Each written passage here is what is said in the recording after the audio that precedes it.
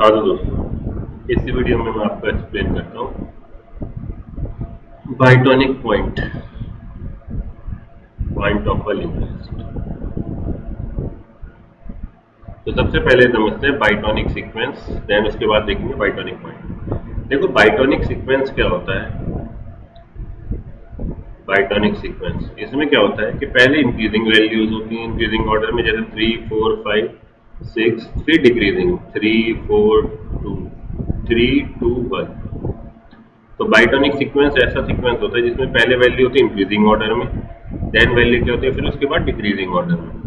तो हमें वो पॉइंट निकालना। बाइटॉनिक पॉइंट मतलब क्या, वो पॉइंट जिससे पहले तक तो वैल्यू इंक्रीजिंग ऑर्डर में थी, देन उसके बाद वैल्यू डिक्रीजिंग ऑर्डर में, तो इसको हम बोलते हैं बाइटॉनिक पॉइंट। तो हमें देखिए एक सिंगली लिंक लिस्ट दे रखी है, तो उसमें हमें बाइटॉनिक पॉइंट फाइंड आउट करना है अगर कोई है। अगर नहीं है तो कोई दिक्कत ही नहीं। तो समझ के चलो, माना कोई ये लिंक लिस्ट है, पहले नोड में ये डाटा है, दूसरे में ये, देन ये। तो हमें बाइटॉनिक पॉइंट फाइंड आउट करना है इस लिस्ट के अंदर बाइटॉनिक पॉइंट क्या है। ठीक है, हेडर के पास क्या होगा दोस्तों, आपकी ये सिंगली लिंक लिस्ट है तो हेडर के पास फर्स्ट नोड का एड्रेस है, इसका B C D E F G, माना ये नोड के एड्रेस है। ठीक है, तो मैं सबसे पहले क्या, मैंने इस नोड का एड्रेस एक पॉइंटर T1 में ले लिया। सबसे पहले मैं वो नोड फाइंड आउट करूंगा जिसके डाटा की वैल्यू उसके नेक्स्ट वाले डाटा से क्या हो, बड़ी हो, नेक्स्ट नोड के डाटा से बड़ी हो। मतलब जिस नोड का डाटा उसके नेक्स्ट वाले डाटा से बड़ा है, वो पॉइंट फाइंड आउट करना है सबसे पहले। तो मैं यहाँ पहुंचा, सबसे पहले मैंने देखा कि इसका डाटा इसके नेक्स्ट से बड़ा है, नहीं, आगे बढ़े। इस नोड का डाटा इसके नेक्स्ट से बड़ा है, नहीं, आगे बढ़े। फिर मैंने कहा इस नोड का डाटा इसके नेक्स्ट से बड़ा है, नहीं, आगे बढ़े। इस नोड का डाटा इसके नेक्स्ट से बड़ा है। ठीक है, तो मतलब हमारे पास वो नोड आ गया टेम्प्ट मन T1, मतलब अब नाइट उसको पॉइंट आउट कर रहा है जिस नोड का डाटा उसके नेक्स्ट वाले नोड के डाटा से बड़ा है। ठीक है, अभी हम मान के चलेंगे हमारा बाइटॉनिक पॉइंट है, बाइटॉनिक पॉइंट है, तो मैंने इसे एक वैल वेरिएबल में सेव कर लिया। ये भाई T1 जिसे पॉइंट कर रहा है, इस समय इसका जो डाटा पार्ट है ये मेरा बाइटॉनिक वैल्यू है। अब मेरा काम क्या होगा, मैं अब इसमें आगे फर्दर चेक करूंगा कि भाई ये सही में बाइटॉनिक सीक्वेंस है या नहीं। तो अब हम क्या करेंगे सर, हम फिर से चेक करेंगे लूप लगा के। अब हमने क्या करें, यहाँ पे हम पहुंच गए, T1 यहाँ पे है, तो हमने इसको बाइटॉनिक वैल्यू सेव कर लिया। अब मैंने T1 को बढ़ा के यहाँ लिया, अब मैं चेक करता गया आगे कि अब मेरी वैल्यू क्या आनी चाहिए। मैंने कहा T1 का नेक्स्ट, जब तक नल नहीं है आगे बढ़ो। ठीक है, अब क्या चेक करेगा ये कि T1 का डाटा उसके नेक्स्ट वाले डाटा से बड़ा है, अगर हाँ तो आगे बढ़ो। इसका डाटा उसके नेक्स्ट से बड़ा है, हाँ तो आगे बढ़ो। लेकिन अब इसका क्या है दोस्तों, इसका नेक्स्ट नल है, यहीं पर रुक जाऊंगा। ठीक है दोस्तों, तो मुझे उस नोड तक जाना है। अब बाइटॉनिक वैल्यू फाइंड आउट करने के बाद मैं अपनी वैल्यूज को आगे चेक करता चलूंगा कि अगर ये लूप ब्रेक का हुआ, अगर T1 जिसे पॉइंट कर रहा है उसका डाटा छोटा हो जाए T1 के नेक्स्ट नोड के डाटा से, तो मैं क्या कर दूंगा, रिटर्न कर दूंगा -1। समझो क्या, अगर सिचुएशन ऐसी हो T1 यहाँ पे माना T1 की वैल्यू इसके नेक्स्ट से बड़ी है, हाँ बड़ी है, T1 बढ़ के आया। T1 की वैल्यू इसके नेक्स्ट से बड़ी है क्या, नहीं भाई, यहाँ तो 12 है, ये तो बाइटॉनिक वैल्यू बाइटॉनिक सीक्वेंस हो ही नहीं सकता। तो मैं क्या रिटर्न कर दूंगा, -1। कि भाई अगर जब मैं बाइटॉनिक वैल्यू फाइंड आउट करने के बाद मैं अपने आगे लूप में ट्रेड करूंगा, जैसे मुझे कोई मिला नोड जिसका डाटा उसके नेक्स्ट के डाटा से छोटा है बाइटॉनिक वैल्यू के बाद, मैं -1 रिटर्न करूंगा। अगर ऐसा नहीं है तो T1 को आगे बढ़ाते चलिए। ठीक है दोस्तों, तो ये हमारा क्या है, सबसे पहले हमें देखना है कि हमारा बाइटॉनिक वैल्यू मतलब वो नोड फाइंड आउट करो जिसका डाटा उसके नेक्स्ट के डाटा से बड़ा हो। तो सबसे पहले हमने लूप चलाया ये while T1 arrow next not equal to null. अब मैंने कहा इफ T1 जिसे पॉइंट कर रहा है उसका डाटा ग्रेटर देन हो किससे, T1 के नेक्स्ट के डाटा से, तब तो मैं ब्रेक करूंगा। अदरवाइज क्या करता रहूंगा, T1 को T1 के नेक्स्ट से अपडेट। मतलब क्या सर, T1 का डाटा उसके नेक्स्ट के डाटा से बड़ा है, नहीं, आगे बढ़ा T1 का डाटा इस नोड का डाटा इसके नेक्स्ट से बड़ा है, नहीं आगे बढ़े। T1 इसका डाटा इसके नोड से बड़ा है, नहीं आगे बढ़े। इसका डाटा इसके नोड से बड़ा है। तो अभी हम मान के चलेंगे कि ये हमारा बाइटैनिक वैल्यू हो सकता है। तो अब इसके बाद हम चेक करेंगे बाद में कि डिक्रीजिंग सीक्वेंस है या नहीं। पहले इंक्रीजिंग सीक्वेंस होगा, तो पहले हमें बाइटोनिक वैल्यू पे जाके हम रुक जाएंगे। अब उसके बाद हम चेक करेंगे कि डिक्रीजिंग सीक्वेंस है या नहीं। अगर है तो हम ये वैल्यू जो वेल वेरिएबल में हमने वैल्यू सेव करी इसको रिटर्न करेंगे, अदरवाइज नहीं करेंगे। फिर से समझिए एक बार, कोड लिखने में तो 2 मिनट लगेंगे मेरे को।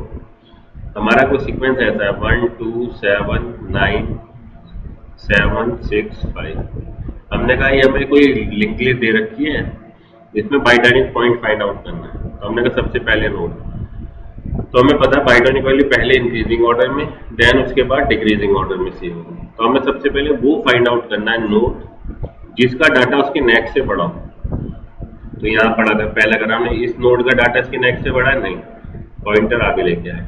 इस नोड का डाटा इसके नेक्स्ट से बड़ा है, नहीं, आगे लेके आए।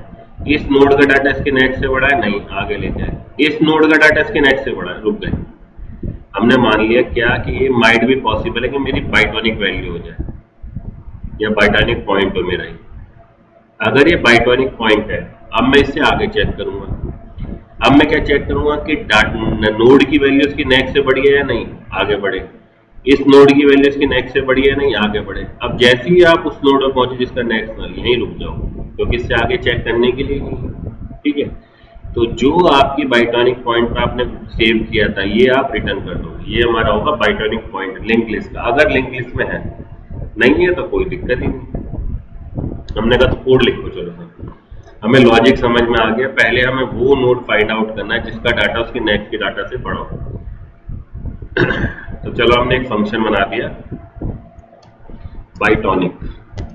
ये हमें क्या देगा, बाइटोनिक पॉइंट देगा, बाइटोनिक अंडरस्कोर पॉइंट। ये हमारा फंक्शन है। ठीक है दोस्तों, ये बाइटोनिक पॉइंट की वैल्यू देगा, तो हमने लिख दिया इंट, क्योंकि हमारा जो वैल्यू है लिंक लिस्ट के अंदर डाटा पार्ट में इंटीजर टाइप की है। ठीक है, तो मैंने कहा प्रिंट एफ। अब हमने एक कंडीशन देखी, इंट वेल। हमने कहा बाइटोनिक पॉइंट जो फंक्शन में वैल्यू रिटर्न करा वो मैंने वेल नाम के वेरिएबल में सेव कर लिया। मैंने कहा इफ वेल इक्वल टू -1, इसका मतलब क्या, बाइटोनिक पॉइंट है नहीं, तो हमने प्रिंट कर दिया print F /n no bitonic value is there. कोई बाइटोनिक वैल्यू ही नहीं है आपके पास। अगर ऐसा नहीं है और यहीं से क्या हो गया, आप रिटर्न हो जाओ, प्रिंट करो, रिटर्न होगा। अगर ऐसा नहीं है तो मतलब क्या कि बाइटोनिक वैल्यू मिली है उसे प्रिंट करा दो। तो print F /n bitonic value is, bitonic point, bitonic point value is क्या, एम% फॉर्मेट में प्रिंट करा दी क्या, जो वेल वेरिएबल में आपने कैच की। ठीक है, चलिए, तो बाइटोनिक पॉइंट आपको वैल्यू रिटर्न करेगा। अगर वो -1 देता है तो मतलब कि वो बाइटोनिक वैल्यू है ही नहीं है। बाइटोनिक पॉइंट अगर नहीं देता है तो क्या, बाइटोनिक पॉइंट है, उसकी वैल्यू हम प्रिंट करा देंगे। ठीक है, अब हमने लिखा बाइटोनिक पॉइंट वेल फंक्शन, इसकी डेफिनेशन देखो। तो देखो, अगर लिस्ट एम्प्टी है तो बाइटोनिक पॉइंट का कोई मतलब नहीं, या केवल एक ही नोड है तब भी बाइटोनिक पॉइंट का मतलब नहीं। ठीक है, तो आपने कहा if header equal to null या header arrow next equal to null, इन दोनों केस में बाइटोनिक पॉइंट एग्जिस्ट नहीं करेगा। Print F no bitonic point exist. ठीक है, और यहीं से क्या होगा, रिटर्न।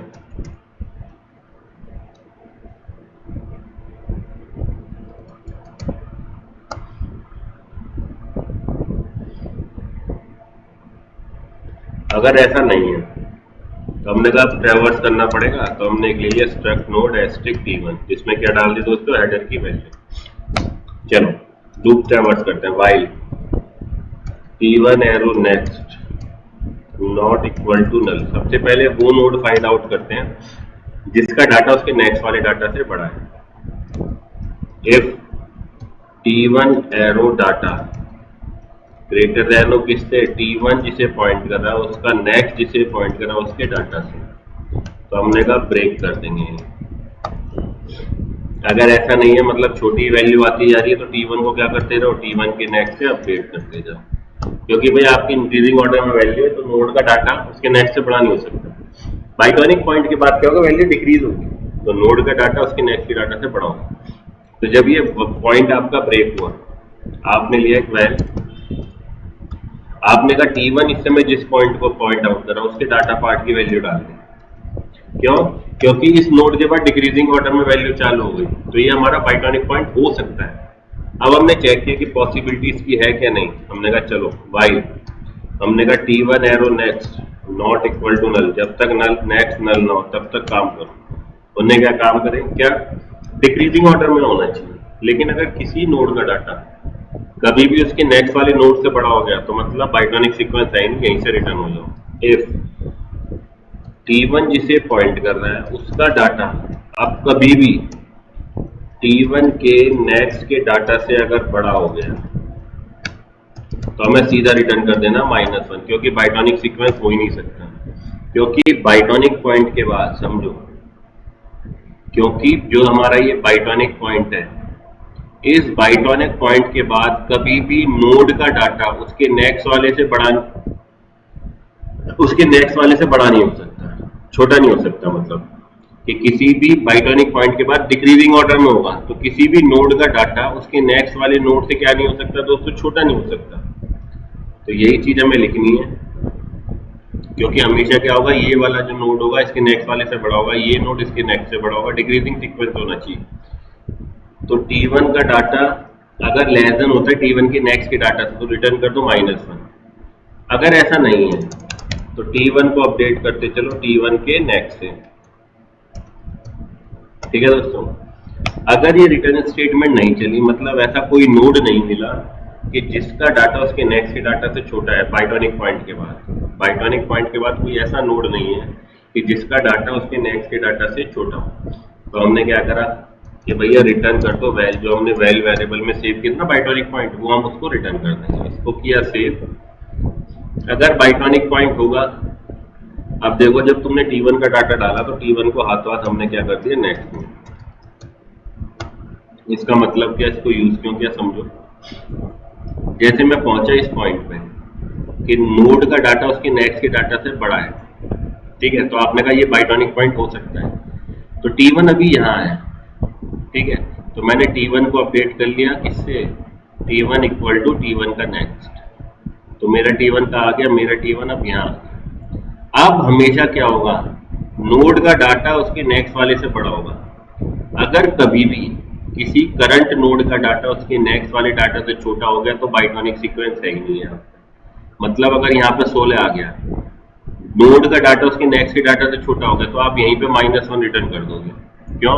क्योंकि पॉसिबल ही नहीं है, क्योंकि भाई डिक्रीजिंग ऑर्डर में आना चाहिए तो पहला नोड उसके नेक्स्ट वाले नोड से क्या होना चाहिए, हमेशा बड़ा। लेकिन अगर नेक्स्ट नोड बड़ा हो गया तो पॉसिबिलिटी नहीं है -1 रिटर्न कर देगा। मतलब अगर कुछ ऐसा है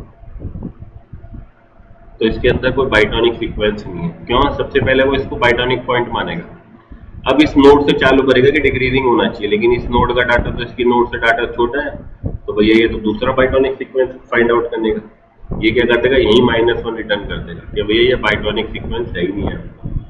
क्योंकि बाइटॉनिक सीक्वेंस क्या होता है, पहले एक बार बढ़ेगा, मैक्सिमम के बाद घटता चला जाएगा, दोबारा नहीं बढ़ेगा।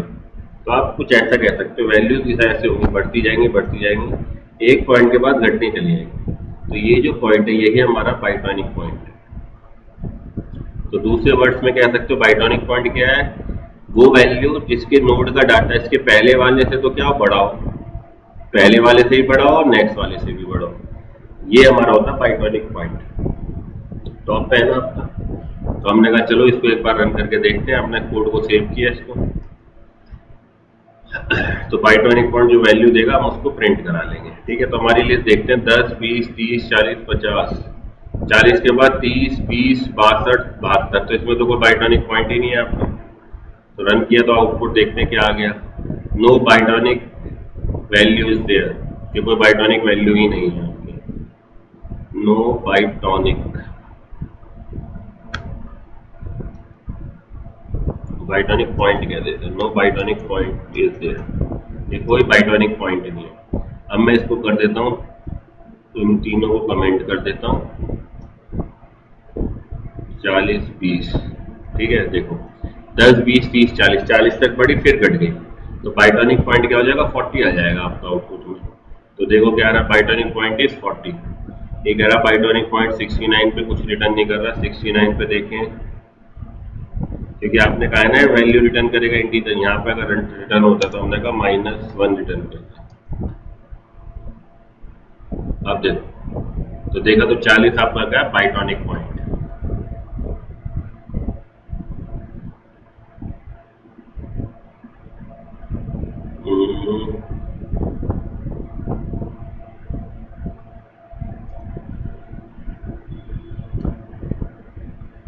लो, तो लिस्ट क्या 10 20 30 40 30 20, तो 40 तक बढ़ा, देन उसके बाद घटता चला गया, तो ये 40 क्या बाइटॉनिक पॉइंट में। तो इस तरीके से आपको एक सिंगली लिंक लिस्ट दी जाएगी, उसकी में आपको बाइटॉनिक पॉइंट फाइंड आउट करना है। अब देखो इसका कुछ यूज हम कई जगह कर सकते हैं। इसका बाइटॉनिक पॉइंट आपको पता होना चाहिए होता क्या है, या बाइटॉनिक सीक्वेंस क्या होता है, कई जगह यूज होगा। बाइटॉनिक सीक्वेंस मतलब पहले इंक्रीजिंग में देन डिक्रीजिंग में, ठीक है। तो इस तरीके से हम इस बाइटॉनिक पॉइंट को फाइंड आउट कर सकते हैं किसी भी गिवन लिंक लिस्ट के अंदर, ठीक है। चलिए।